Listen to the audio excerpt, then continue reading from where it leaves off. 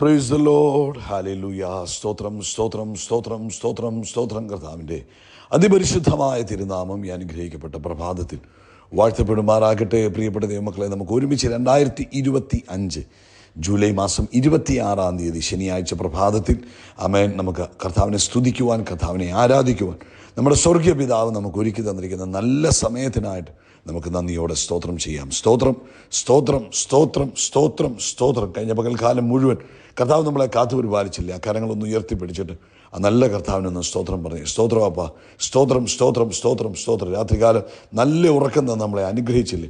ആ കർത്താവിൻ്റെ കരങ്ങളെ ഉയർത്തിപ്പിടിച്ചുകൊണ്ട് സ്തോത്രം പറ. സ്തോത്രം സ്തോത്രം സ്തോത്രം സ്തോത്രം സ്തോത്രം. ആരോഗ്യത്തോടെ സൗഖ്യത്തോടെ നമ്മളെ ഉണർത്തിയില്ലേ. ആ കർത്താവിനെ കരമുയർത്തി സ്തോത്രം പറഞ്ഞാണ്ട് സ്തോത്രം സ്തോത്രം സ്തോത്രം സ്തോത്രം സ്തോത്രം. ഈ പകൽക്കാലം ക്രിസ്തയേശുവിൽ നമ്മളെ ജയത്തോടെ നടത്തുന്ന കർത്താവിന് കരമുയർത്തി കർത്താവിന് സ്തോത്രം പറഞ്ഞു. നന്ദിയോടെ സ്തോത്രം അപ്പ, നന്ദിയോടെ സ്തോത്രം അപ്പ, നന്ദിയോടെ സ്തോത്രം. അങ്ങ് നല്ലവൻ, അങ്ങ് വല്ലഭൻ, അങ്ങയുടെ ദയ ഇന്നും എന്നേക്കുമുള്ളതാകിയാൽ സ്തോത്രം. ഞങ്ങളങ്ങേ ആരാധിക്കുന്നു, ഞങ്ങളങ്ങേ സ്തുതിക്കുന്നു. അങ്ങയുടെ കൃപകൾക്കായിട്ട് നന്ദി, അങ്ങയുടെ സ്നേഹത്തിനായിട്ട് നന്ദി, അങ്ങയുടെ വാത്സല്യം ഓർക്കുമ്പോൾ നന്ദി, ഞങ്ങളോട് കാണിക്കുന്ന കരുണ ഓർക്കുമ്പോൾ നന്ദി, ഞങ്ങളെ ഇത്രത്തോളം കൊണ്ടുവന്നത് ഓർക്കുമ്പോൾ ഞങ്ങൾ അങ്ങേക്ക് സ്തോത്രം ചെയ്യുന്നു. അപ്പോൾ അങ്ങയുടെ കൃപയല്ലാതെ ഞങ്ങൾക്കൊന്നും പറയാനില്ല. അങ്ങയുടെ കൃപയിലല്ലാതെ ഞങ്ങൾക്ക് ആശ്രയിപ്പാനും ഒന്നുമില്ല. എല്ലാത്തിനും കാരണഭൂതനും അങ്ങ് മാത്രമാകിയാൽ സ്തോത്രം. ഈ പ്രഭാതത്തിൽ ആരാധിക്കുന്നു, സ്തുതിക്കുന്നു, സ്തോത്രം ചെയ്യുന്നു. പ്രത്യേകിച്ച് കർത്താവെ, ഞങ്ങളങ്ങേ വാഴ്ത്തുന്നു. അങ്ങയുടെ നന്മകളെ ഓർത്ത് ഞങ്ങൾ സ്തോത്രം ചെയ്തു. ഞങ്ങളുടെ ജീവിതത്തിൽ ചെയ്ത എല്ലാ പ്രവൃത്തികൾക്കായിട്ടും സ്തോത്രം ചെയ്തു.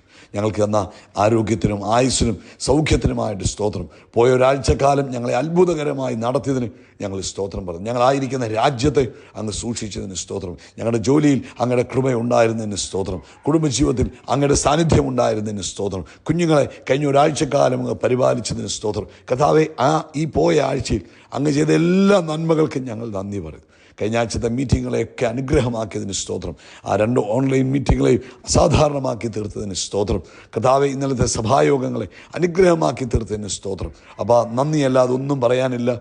കർത്താവെ സ്തോത്രം, കർത്താവെ സ്തോത്രം, കർത്താവെ സ്തോത്രം. ഞങ്ങളുടെ കാലുകളെ വീഴ്ചയിൽ നിന്ന് വിടുവിച്ചതിന് സ്തോത്രം. ഞങ്ങളുടെ പ്രാണനെ മരണത്തിൽ നിന്ന് വിടുവിച്ചതിന് സ്തോത്രം. ഞങ്ങളുടെ കണ്ണിനെ കണ്ണുനീരിൽ നിന്ന് വിടുവിച്ചതിന് സ്തോത്രം. ഞങ്ങളെ പോയ ഒരാഴ്ചക്കാലം ജയത്തോടെ നടത്തിയ ദൈവത്തിന് ഈ പ്രഭാതത്തിൽ സ്തോത്രം ചെയ്യുന്നു. നന്ദി അപ്പാ, നന്ദി അപ്പാ, നന്ദി അപ്പാ, നന്ദി. Thank you Lord, thank you. അങ്ങേക്ക് സ്തോത്രവും സ്തുതിയും ഞങ്ങൾ അർപ്പിക്കുന്നു.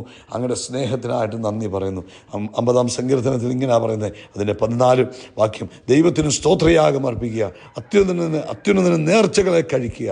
23 സ്തോത്രമെന്ന യാഗം അർപ്പിക്കുന്നവൻ കർത്താവിനെ മഹത്വപ്പെടുത്തുന്നു. തൻ്റെ നടപ്പിനെ ക്രമപ്പെടുത്തുന്നവനെ ഞാൻ ദൈവത്തിൻ്റെ രക്ഷയെ കാണിക്കും. അപ്പോൾ സ്തോത്രമെന്ന യാഗം അർപ്പിക്കുക. ഈ പ്രഭാതത്തിൽ കർത്താവ് കഴിഞ്ഞ ആഴ്ച നടത്തിയതിന് സ്തോത്രം പറയണം. അപ്പം ഈ സമയം മാറ്റിവെച്ച് ഈ പകൽക്കാലം നിങ്ങൾക്ക് എത്രമാത്രം കർത്താവിനെ സ്തുതിക്കാൻ കഴിയുമോ അത്രയും കർത്താവിന് സ്തോത്രം പറഞ്ഞു. കർത്താവിനോട് പറഞ്ഞു, കർത്താവെ, അങ്ങ് നടത്തി, അങ്ങ് നിലനിർത്തി, എല്ലാത്തിനും നന്ദി കർത്താവെ. അങ്ങയുടെ കൃപകൾക്കായിട്ട് സ്തോത്രം, അങ്ങയുടെ കരുണയ്ക്കായിട്ട് സ്തോത്രം, അങ്ങയുടെ വിശ്വസ്തതയ്ക്കായിട്ട് സ്തോത്രം.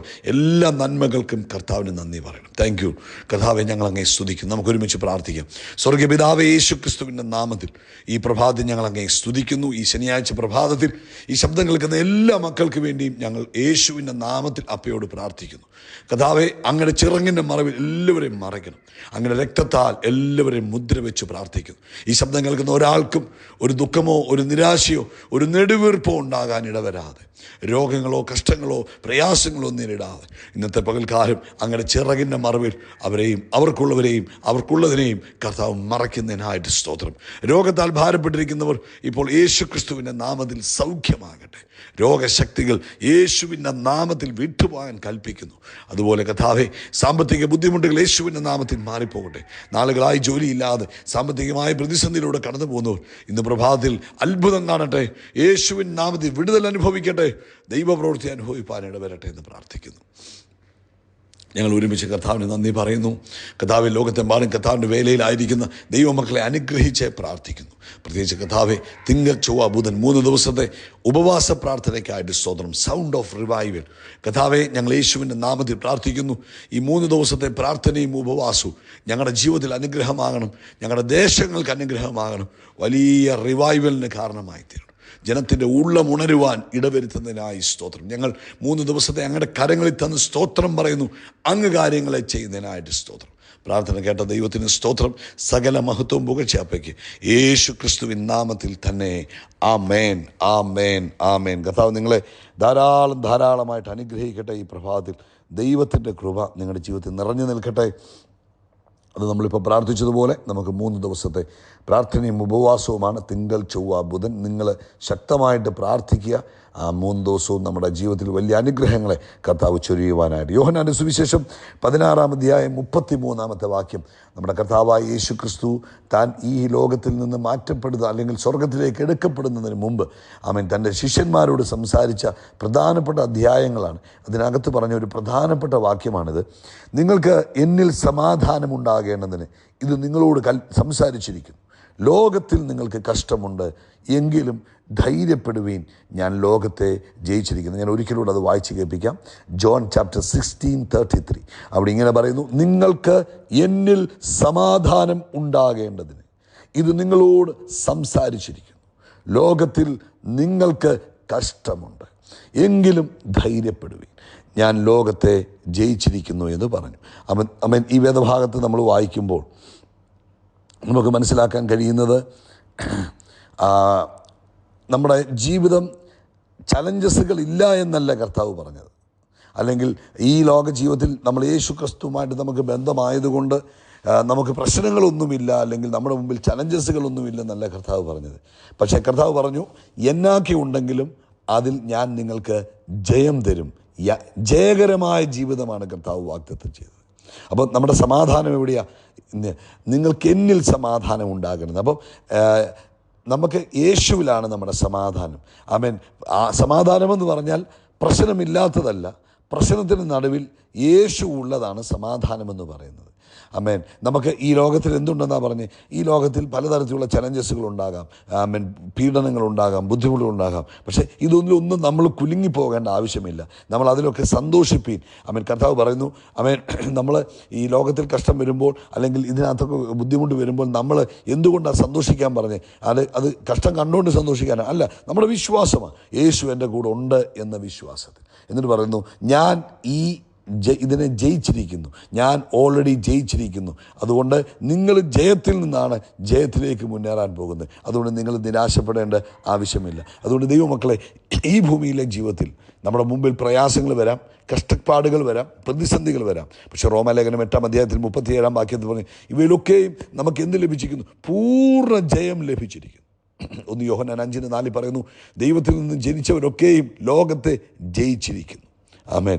അതുകൊണ്ട് ആമേൻ, ദൈവം കർത്താവ് എന്ത് ചെയ്യും? നമ്മളെ സമാധാനത്തിൽ സൂക്ഷിക്കും. നമ്മുടെ മുമ്പിൽ പ്രശ്നം വരുമ്പോൾ, പ്രയാസം വരുമ്പോൾ തളരരുത്. നമ്മൾ പറയണം, ഇത് കർത്താവ് എൻ്റെ കൂടെ ഉള്ളത് കൊണ്ട് ഞാനിതിനെ ജയിച്ചിരിക്കുന്നു. ഇപ്പം പലപ്പോഴും നമ്മൾ കർത്താവിലായി കഴിയുമ്പോൾ നമ്മുടെ ലൈഫിൽ എന്തെങ്കിലുമൊക്കെ പ്രതികൂലങ്ങൾ വരുമ്പോൾ നമ്മൾ അങ്ങ് തളർന്നു പോകല്ലേ. അതിനെ ഓവർകം ചെയ്യാനുള്ള കൃപ ദൈവം നമുക്ക് തന്നിട്ടുണ്ട്. ഒരിക്കൽ കർത്താവിൽ വിശ്വസിച്ച് മുന്നേറിക്കൊണ്ടിരിക്കുന്ന ഒരു പൈതൽ ഭയങ്കരമായി ശക്തമായി മുന്നേറിക്കൊണ്ടിരിക്കുന്നതാണ്. അവന് ജോലി നഷ്ടപ്പെട്ടു. പെട്ടെന്ന് ജോലി നഷ്ടപ്പെട്ടു പോയപ്പോൾ എല്ലാവരും ചോദിച്ചു, എന്താണ് നിൻ്റെ ജോലി നഷ്ടപ്പെട്ടു പോയല്ലോ, എന്തുകൊണ്ടാണ് നിൻ്റെ ജോലി നഷ്ടപ്പെട്ടു പോയത് എന്നൊക്കെ പറഞ്ഞ് അവനെ ഭയപ്പെടുത്തുവാൻ നോക്കി. പക്ഷേ അവൻ പറഞ്ഞു, എനിക്ക് കർത്താവ് ആ ജോലി തന്നത്, അടുത്ത ജോലി തരുവാൻ കർത്താവ് മതിയായവനാണ്. അവൻ നിരാശപ്പെട്ടില്ല. അവൻ യോഹന്നാൻ 16:33 വിശ്വസിച്ചു. അവൻ അത് ക്ലെയിം ചെയ്ത് പ്രാർത്ഥിച്ചു, അല്ലെങ്കിൽ അവൻ അത് ഡിക്ലെയർ ചെയ്തു. അപ്പോൾ എന്താ സംഭവിച്ചത്?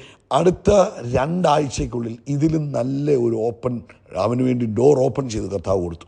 അപ്പോൾ അവൻ പറഞ്ഞ കാര്യം ഇതാണ്, ഞാൻ ഈ പ്രശ്നത്തെ നോക്കിയിരുന്നെങ്കിൽ അയ്യോ എന്തായിത്തീരും എന്ന് പറഞ്ഞ് നിരാശപ്പെട്ടിരുന്നെങ്കിൽ ആരൊക്കെയോ ചോദിച്ചു, നീ വലിയ പ്രാർത്ഥനക്കാരനായിട്ട് നിൻ്റെ ജോലി പോയല്ലോ എന്നൊക്കെ ചോദിച്ചു. പക്ഷേ അവൻ അതിനെ ഗമനിക്കാതെ അവൻ കർത്താവിലേക്ക് നോക്കിയത് കൊണ്ട് അവൻ അവിടെ ജയം എടുക്കാൻ കഴിഞ്ഞു. നമ്മൾ പ്രശ്നത്തെ നോക്കി ആളുകൾ പറയും, അവരിങ്ങനെ പറയും എന്നൊക്കെ പറഞ്ഞ് നമ്മൾ നിരാശപ്പെടാതെ അതിൻ്റെ നടുവിൽ നമ്മൾ കർത്താവിലേക്ക് നോക്കിയിട്ട് പറയണം, ഇതിലൊക്കെയും പൂർണ്ണ ജയം നൽകുവാൻ കർത്താവിന് കഴിയും.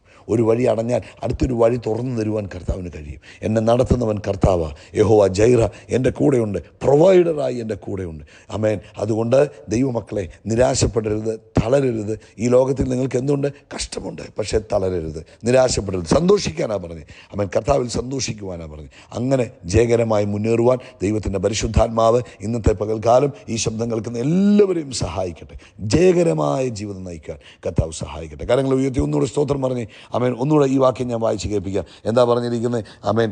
നിങ്ങൾക്ക് എന്നിൽ സമാധാനം ഉണ്ടാകേണ്ടതിന് ഇത് നിങ്ങളോട് സംസാരിച്ചിരിക്കുന്നു. കർത്താവ് പറയുക, നിങ്ങൾക്ക് എപ്പോഴും സമാധാനം ഉണ്ടാകാൻ ഞാൻ നിങ്ങളോട് പറയുക. നിങ്ങൾക്ക് ലോകത്തിൽ നിങ്ങൾക്ക് കഷ്ടമുണ്ട്, എങ്കിലും ധൈര്യപ്പെടുവീൻ, അല്ലെങ്കിൽ ബലപ്പെടുവീൻ, ശക്തിപ്പെടുവീൻ, സന്തോഷിപ്പീൻ. കാരണം എന്നാ? ഞാൻ ലോകത്തെ ജയിച്ചിരിക്കുന്നു. അതുകൊണ്ട് ഈ ലോകത്തിൽ നമ്മൾ പോകുമ്പോൾ അവൻ മുമ്പിൽ പ്രതികൂലങ്ങളൊക്കെ കണ്ടാലും തളരരുത്. യേശു കൂടെ ഉണ്ടെന്നൊരു ഡിക്ലറേഷൻ അങ്ങ് നടത്തണം. ഉടനെ പറഞ്ഞു, യേശു കൂടെയുണ്ട്. ഇതിനെ യേശു ഓൾറെഡി ജയിച്ചതാണ്. അതുകൊണ്ട് ഞാനും ജയിച്ചിരിക്കുന്നു എന്ന് പറയണം.